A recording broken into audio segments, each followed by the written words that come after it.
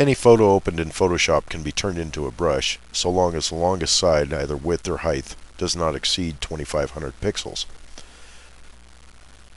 With that in mind, any selection can be turned into a brush as well.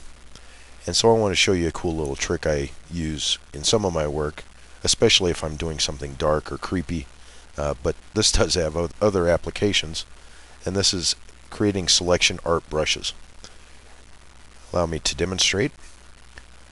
Here I have an image of a young man crying, and I'm going to turn one color in this picture into a brush. So I'm going to go up to Select, down to Color Range. Let me move this dialog box over. This little box here is going to show us what's actually going to be included in the brush. So I'm simply going to take the eyedropper and click once somewhere in the image. And we can sample different areas to see what the brush might look like. In this case, I like that right there. I've got the hands, I've got the expression on the face, a little bit of color in the body, and I'm just going to click OK. So now our selection is active, and so long as this image doesn't exceed 2500 pixels in width, because that's our long side, I should be able to turn this into a brush. I'll go up to Edit, down to Define Brush Preset, and we'll simply click OK. Now let's see if it worked, and I'll show you what. This really works on very dark backgrounds, at least when you're doing something more on the sinister side. So I'll create a new document. Let me change this to inches, and I'll go, let's say 8 inches by 6 inches at 300 pixels per inch. In this case, the background is going to be filled with white. I'm going to go up to Edit, down to Fill, and fill my background contents with black. I'm going to create a new layer, and I'm going to set my foreground color to something a little fleshy. So, nice little tan earth tone there. The number I'm using is red 184, green 157, B 141, or if you want the number, it's B89D8D. Just a nice little flesh tone. Click OK. Click on my brush tool. I'll scroll down and find the brush that I just created at the bottom of the loaded brushes. Now in this new layer, I'm just going to click this brush once.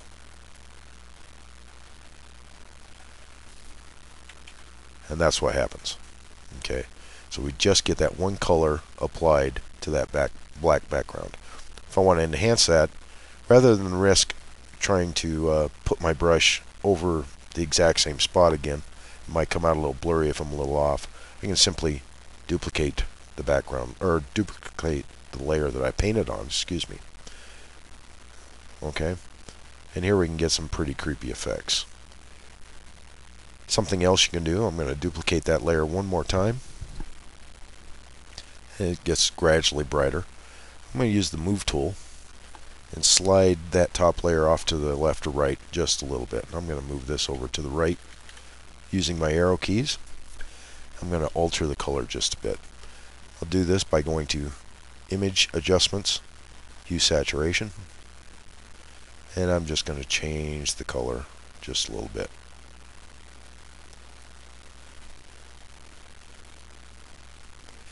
I'm going to try that with the bottom layer, the original layer that I painted on. Also this time I'm going to move it the opposite direction, and it's going to blur things up just a tad.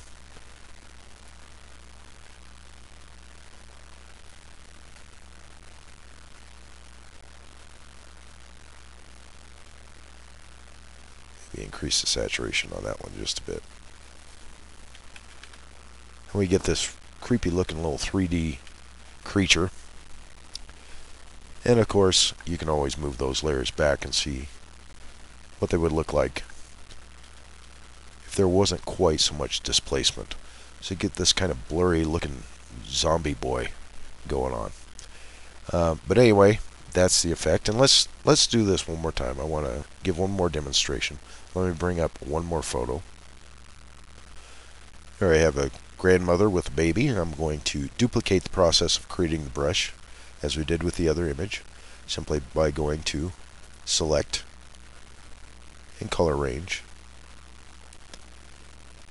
and finding a nice little one hint color that gives me details in the face, the hands, things like that.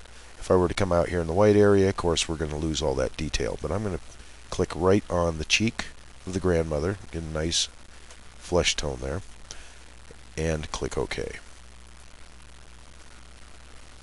Again, go to Edit, down to Define Brush Preset,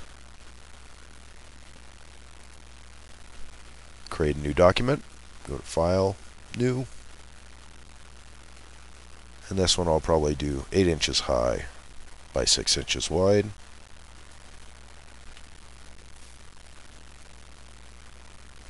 Fill it with black. Edit, fill, black. And again, select a nice fleshy tone. Find your brush.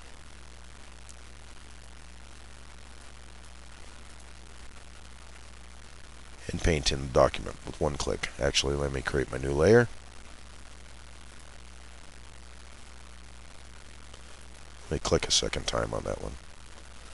And that's what we're left with. If we adjust the tone on that, the hue, saturation, come out with some pretty interesting effects. If I remove all color, that's what we get. So anyway, I thought you might find this interesting. It does come out a little creepy and a little dark, but you can get some very moody pieces this way. One other thing I want to try is to do this on white. So let's go create a new document. Actually, I can just use this same document. I'll get rid of that layer that we painted on. I'm going to fill the background with white.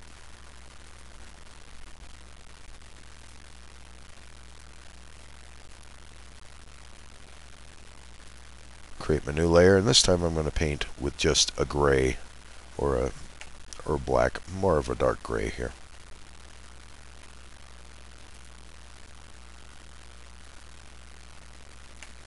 And so we almost get a very high contrast, I don't know, almost reverse exposure here. Maybe a line art if you did some more manipulation to it, added some sketching techniques. But anyway, that's the technique. I hope you enjoy it, and I'll see you at actioneffects.com.